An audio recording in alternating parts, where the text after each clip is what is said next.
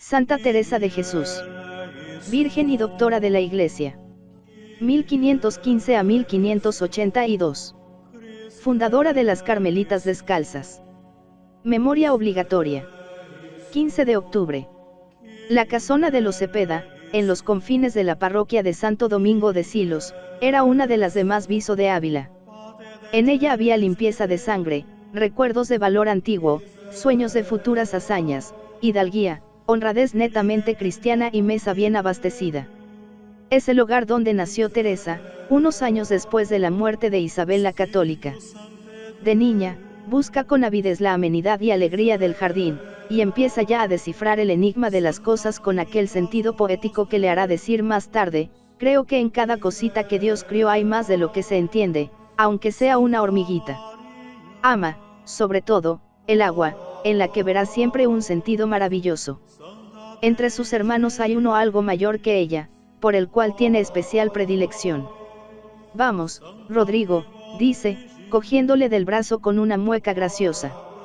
Rodrigo se deja llevar, se sienta con su hermana en un ángulo del jardín, y allí el uno junto al otro se pasan largos ratos leyendo vidas de santos.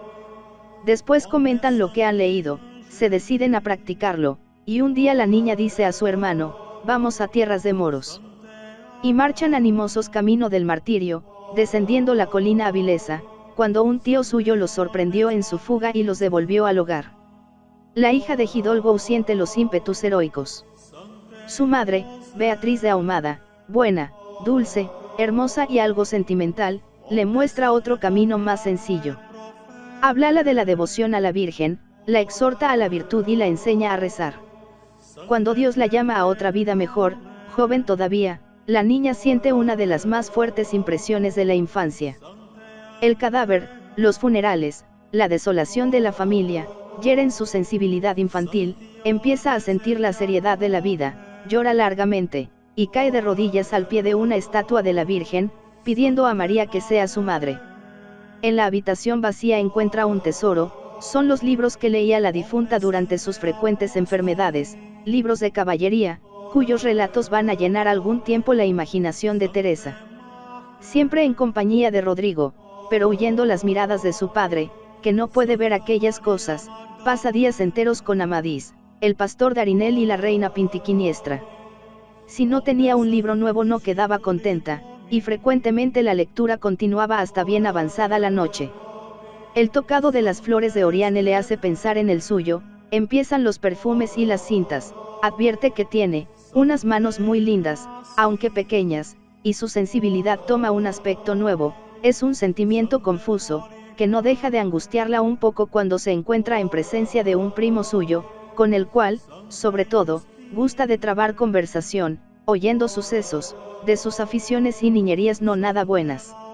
Sin embargo, ni un momento pensó marchar con este primo suyo en busca de aventuras caballerescas, como pensara antes con su hermano Rodrigo emigrar a tierra de moros para que les descabezasen. Su imaginación, orientada impetuosamente a la acción, contentóse ahora con planear y aún empezar a escribir un libro como aquellos que le apasionaban. Santa Teresa de Ávila, obra de Bernini. A los 16 años entra de colegiala en las Agustinas de la ciudad. Como antes en su casa, en el convento es el ídolo de las monjas. Y así sucederá donde quiera que vaya. Ella lo ve, y no acierta a explicárselo. No sé cómo me quieren tanto. Nosotros nos lo explicamos mejor. Uno que la conoció, decía, tuvo en su mocedad fama de muy hermosa, y hasta su última edad mostraba serlo. Un rostro inefablemente límpido, un cutis fino, un tinte suave y dorado, iluminado por el brillo de aquellos ojos negros que tanto gustaban a su padre, Alonso de Cepeda, ojos ahora serios y profundos, ahora alegres y comunicativos, como cuando reía descubriendo los dientes deslumbrantes, un corazón franco y ardiente, que parece no pedía más que aficionarse, una gracia natural en el hablar, y otras muchas cualidades que enumeran los biógrafos al describir su maravillosa belleza, no se explican suficientemente lo que ella no se podía explicar. En el colegio, Teresa conversaba sobre todo con una santa monja, María Briceño, cuya influencia fue decisiva en su existencia. Hasta entonces había sido enemiguísima de ser religiosa, ahora empezó a mirar la vocación sin recelo. Veía llorar en su oración a las religiosas y ella quería llorar también, pero mi corazón era muy duro. Al año, Dios le envía su primera enfermedad. Sus hermanos la ven de nuevo en la casona con su vestido de color naranja, adornado con galones de terciopelo negro, pero casi no la conocen. Una estancia en casa de su tío Pedro, en Ortigosa, va a acentuar aquella transformación. Allí cae por vez primera en sus manos un libro que dejará hondas huellas en su alma y en sus escritos, el tercer abecedario, de Osuna. La joven lee, el viejo filósofo escucha, comenta y aplica la lectura a las necesidades de su sobrina. Teresa atravesaba aquellos días un mar revuelto de tentaciones, el anciano comprende a su raza, guía la nave como buen piloto, y la nave llega incólume al puerto. El puerto es el convento de la Encarnación, de Ávila. Alonso de Cepeda se ha negado al principio, pero como en el carácter de su hija está el desear ardientemente, ha conseguido el consentimiento paterno, y en 1536 viste el hábito del Carmen. La fascinación inconsciente de la hazaña la movía, como a sus hermanos, camino de América. Quería ser santa, a fuerza de brazos. Los principios de su vida religiosa son abundantes en espirituales delicias, aunque ella misma nos dice que aún no tenía el amor. En el convento hay una hermana con una enfermedad contagiosa, las monjas se apartan de ella, Teresa se consagra a su servicio. No contenta con esto, pide en su oración la enfermedad, decidida a conseguir a todo precio los bienes que no se acaban. Y vino aquella enfermedad que Teresa nos pinta con su talento prodigioso de las descripciones: excitación nerviosa, crisis de lágrimas, profunda melancolía, inquietudes y espantos, que la hacían temblar por cualquier cosa, desmayos, dolores terribles, gritos lastimeros, que dieron motivos para pensar si aquello sería rabia, y aquel ataque postrero que la hizo estar 4 días hecha un ovillo, y del cual salió con la lengua destrozada, la garganta ardiendo, la cabeza delirante, los huesos dislocados y con una nerviosidad tal, que no se atrevía a estar sola ni aún a plena luz. Fue una crisis que duró casi un año y que enriqueció su alma con la inteligencia del sufrimiento, con aquel sentido de la compasión que es una de las ideas fuerza de su vida. La enfermedad ha hecho olvidar a Teresa sus primeros fervores. Nuevamente ha vivido algunos días en casa del hidalgo de Ortigosa, y de allí trae profundamente arraigada la gran verdad de que, todo era nada, principio fundamental de su vida. Rodrigo muere en el Paraguay 1538, y esta noticia parece confirmar el pensamiento de la vanidad de todas las cosas, renovado nuevamente con motivo de la muerte de su padre 1544, puesto que las últimas palabras de Alonso a sus hijos fue aquel severo, que se acaba todo. Sin embargo, ahora vienen los 18 años de relajación, las lecturas inútiles, según su manera de ver, la tibieza espiritual, las largas horas de locutorio. Teresa tenía el arte y el gusto de la conversación. Yo no soy para más de hablar, decía ella misma, y añade, siempre tuve esta falta, de no saberme dar a entender sino a costa de muchas palabras. Cuando sus primos le hablaban de amores y de gestas guerreras, ella, los sustentaba plática. Así será hasta el fin, sus últimas cartas son tan verbosas y abundantes como las que escribe al comenzar sus fundaciones, y al leer sus escritos parece que estamos oyendo la charla fina, elegante, jovial y movediza de la monja detrás de la reja. A su modo, aquellos largos años forman un periodo de preparación.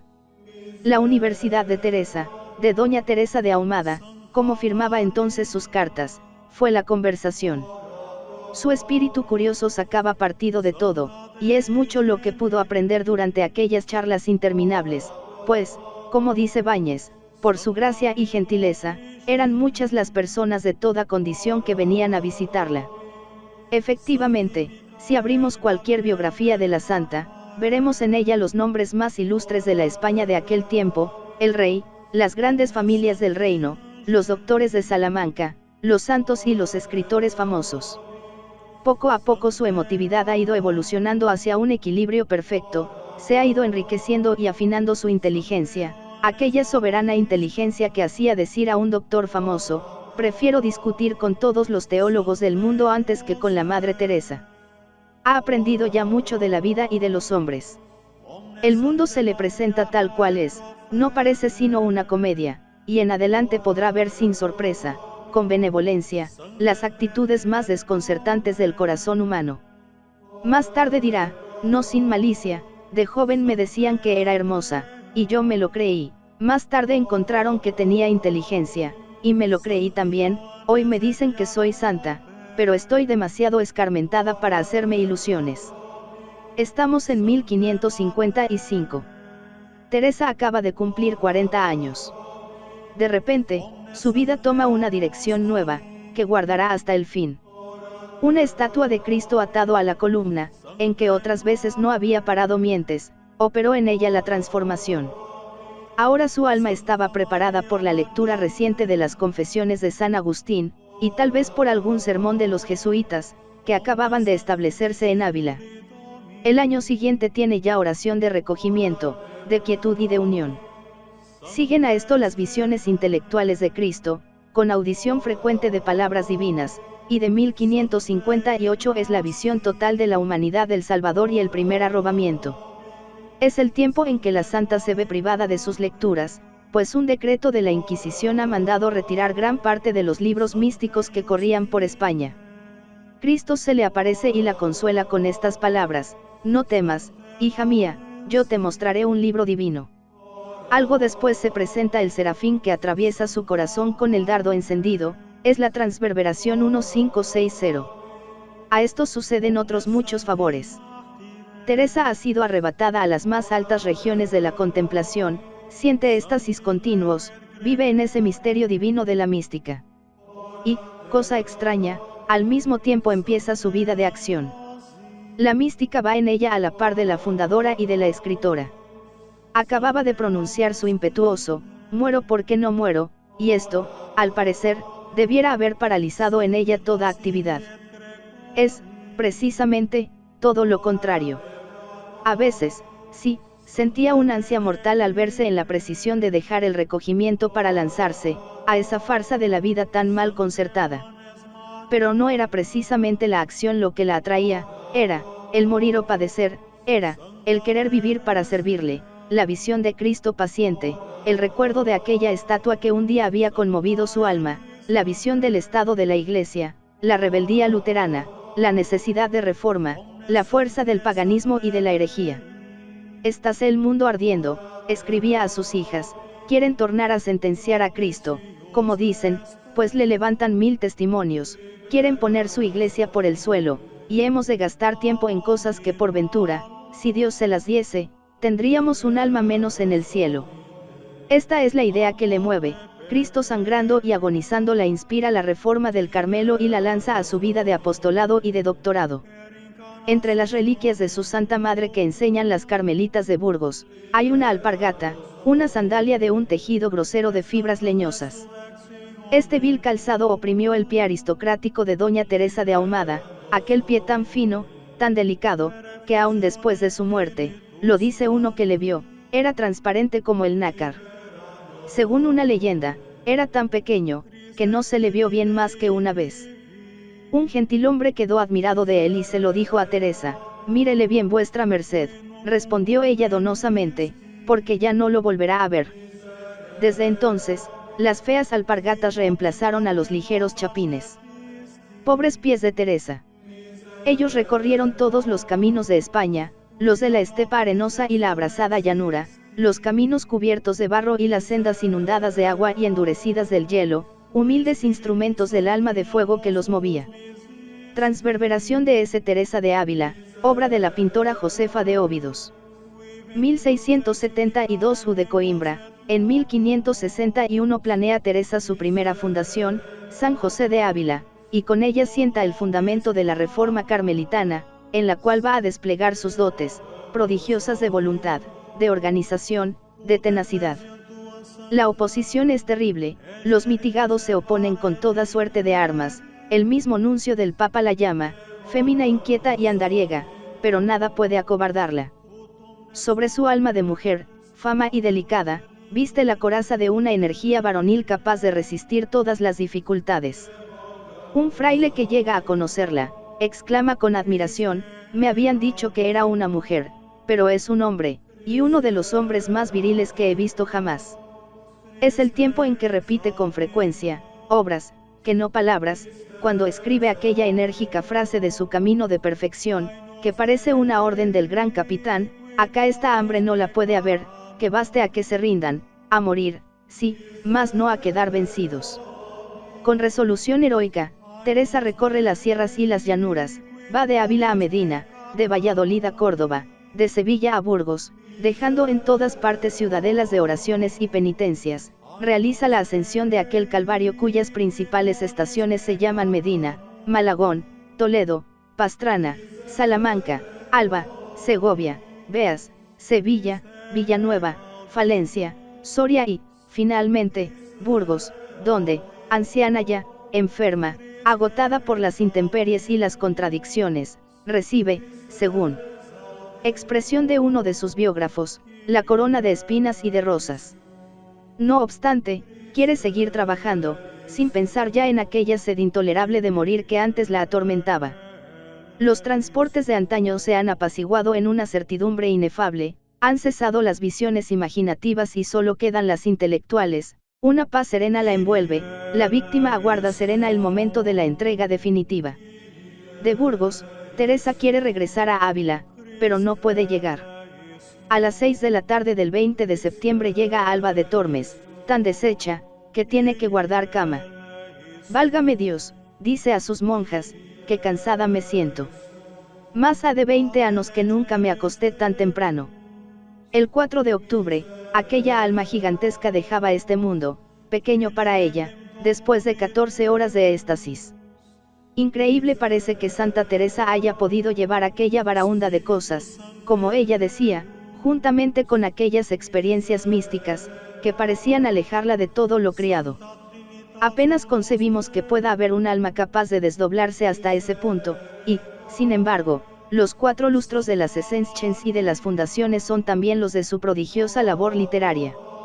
En 1562 termina su vida y empieza el camino de perfección. En 1563 redacta las Constituciones de la Reforma, y escribe la relación espiritual a su confesor. A estas obras siguen las exclamaciones 1568, las fundaciones 1573, los conceptos 1574, el modo de visitar 1575 y las relaciones 1576. En 1577, inmovilizada en Toledo por orden del nuncio entre arrobamientos y apariciones, entre luchas con los demonios y contradicciones de los hombres, acaba en 6 meses el libro de las moradas. Entretanto, lleva adelante la dirección de la Reforma y el trabajo abrumador de la correspondencia.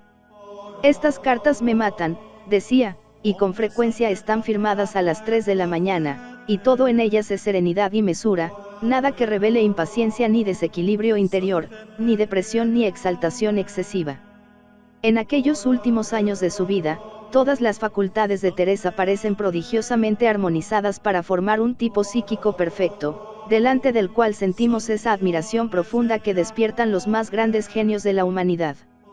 Sensibilidad fina, delicada, abierta a todas las emociones humanas, sostenida por una imaginación sobria y obediente a la razón, corazón que se conmueve a la vista de la naturaleza, y se derrama en las más tiernas efusiones de la amistad, emotividad rica y profunda, pero dócil a la primera insinuación de un temple de acero, voluntad ardiente, arraigada en el amor de Dios, taladrada por el sentido de la compasión hacia Cristo sufriente y hacia las almas, orientada al cumplimiento del bien, sin asomo de vacilación, colocada por el dominio de sí misma en una región límpida de serenidad y de independencia, inteligencia penetrante y certera, con todos los caracteres de un temperamento de mujer y con las más raras cualidades, exacta, precisa, escrupulosa, excepto en las fechas, detalle muy femenino, cortante como un acero de Toledo, clara como el cielo de Castilla, realista y práctica, acrisolada en el choque de las duras realidades de la vida,